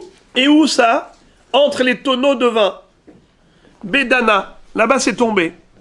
Alors qu'est-ce qui s'est passé? Là-bas, le rov des gens c'était des juifs. Atalekame de Ravuna. Il a demandé à Ravuna, est-ce que je peux récupérer ces boyaux que j'ai retrouvés? Amarle itlar simana begave, est-ce que tu as des simanim pour les reconnaître? Amarle lo, il lui a dit non. Itlar teviut aina begave, amarle in. Il lui a dit, est-ce que tu as une reconnaissance? C'est de l'œil. L'œil, quand il s'habitue à quelque chose, alors il est capable de reconnaître, même sans avoir des signes distinctifs. D'accord? Par exemple, je vais voir cette table-là, quelque part ailleurs, Je vais vous dire, cette table, c'est de Ismach Moshe. Demandez-moi exactement, dites-moi qu'est-ce qu'il y avait ici sur le côté, c'était coupé, est-ce qu'il y avait des simanim? Non, je n'ai aucun siman. Alors comment tu fais? Je reconnais. Ça s'appelle reconnaissance de l'œil, visuel. Une reconnaissance visuelle, est-ce que ça a un statut au niveau de la halakha? Ou bien est-ce qu'il faut absolument des signes distinctifs que l'on peut désigner du doigt? Eh bien, il y a ici un hidouche extraordinaire, c'est qu'on nous apprend que Tvi'ut Aina, la reconnaissance visuelle, c'est considéré au niveau de la halakha comme valable et on peut s'appuyer là-dessus. C'est ce qui s'est passé.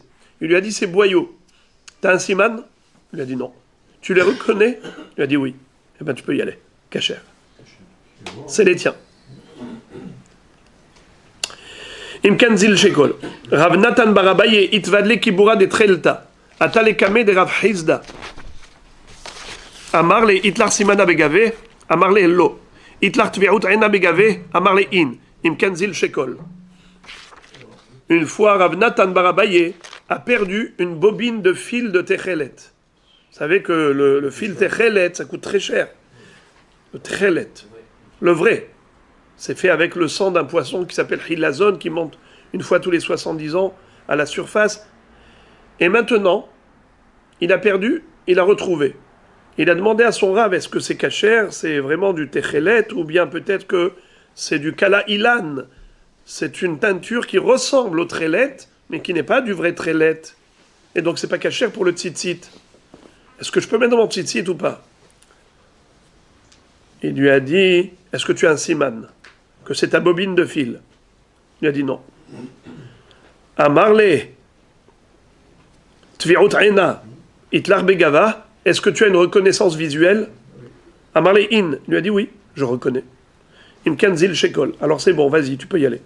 Amarava, Merishava Mina Simana Adif Mit Tvi'ut Aina.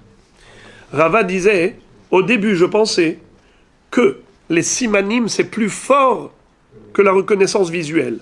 Deha mehadrinan avedata besimana, velo mehadrinan bitvi'ut aina. Au début, je pensais que les simanim c'est plus fort que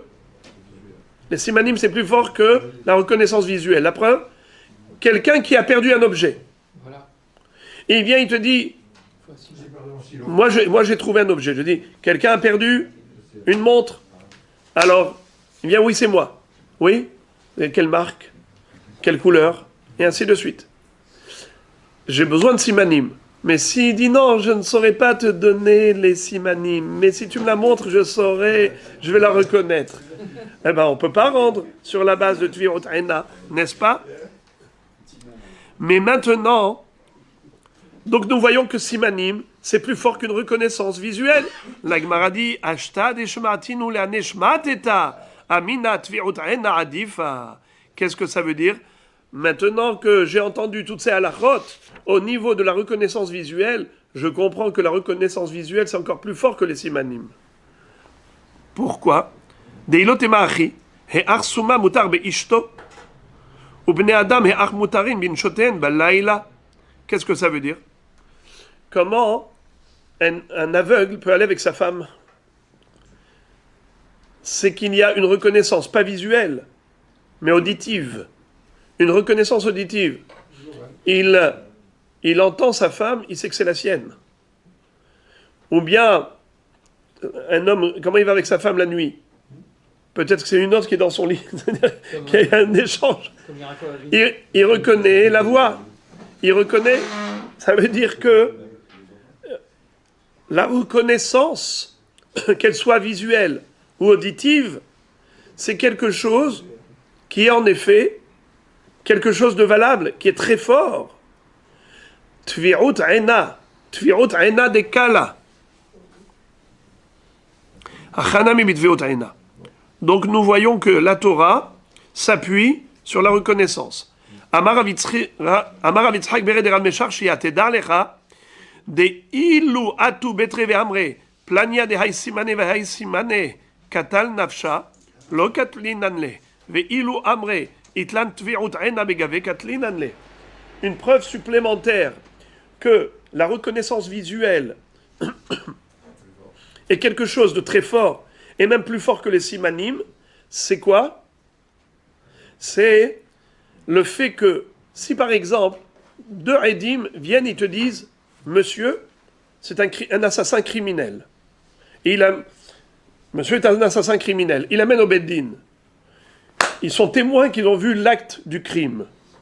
Est-ce que le Beddin vont l'exécuter à ce monsieur? Bien sûr. Si l'enquête nous mène à une conclusion que tout répondait aux critères exigés par la Torah, il y avait eu un avertissement, il y avait eu, qu'on appelle ça, tout était là, eh bien, toutes les conditions sont réunies pour l'exécuter, on l'exécute. Mais quel est le din si deux personnes te disent, en fait, la personne n'est pas avec nous. Il ne la désigne pas. Il dit, c'est une personne qui avait deux oreilles un peu longues, c'est une personne, pardon, qui avait deux oreilles un peu longues, et qui avait une moustache qui descendait très bas, et qui avait un menton qui ressortait à l'extérieur, et il avait un nez crochu, et c'est lui qui a tué. Est-ce que nous, on peut aller avec tous ces simanim, attraper un homme qui répond à tous ces critères et on le tue? Jamais de la vie. Et pourtant, ils t'ont donné des signes distinctifs. Les signes distinctifs, ça vaut rien. Tu ne peux pas exécuter quelqu'un sur la base de tous ces signes distinctifs. Tout le descriptif qu'il peut te faire, c'est zéro. Par contre, si eux, ils te disent, on le reconnaît, c'est lui, on cherche l'assassin, et eux, ils disent, deux personnes disent, c'est lui. Vous avez des signes distinctifs? Non. Mais on le reconnaît. C'est une reconnaissance visuelle d'ordre général, global. Et pourtant, il n'y a pas de simanim bédiouk. Alpi simanim, tu ne tues pas. Alpi tvirut aina, tu exécutes. Ce qui veut dire que tvirut ain, c'est plus fort que simanim. Encore une preuve. Amar Rav Ashi, teda, deilu amar inish li shluhe, car yé les plania de hay simane ve hay simane. Ça fait qu'il y a d'aller, ça fait que l'eau y a d'aller. Ve'ilu itle tvirut aina begave, qui hazele y a d'aller. Même dans la vie de tous les jours, quand vous dites à quelqu'un, s'il te plaît, ça ne te dérange pas, tu vas Ismach Moshe, tu m'appelles ce monsieur qui est comme ci, comme ça. D'accord? Il ressemble à ça, nanani, nanana. Tu donnes les simanim.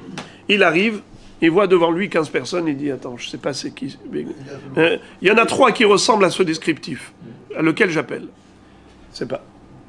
Par contre, si je te dis, appelle ce monsieur, et toi tu le connais, eh ben t'as aucun doute. Tu le reconnais, tu le connais. La reconnaissance égale connaissance. Ce qui veut dire que Tvirut Aina, c'est quelque chose qui est absolument fiable, encore plus que des signes distinctifs.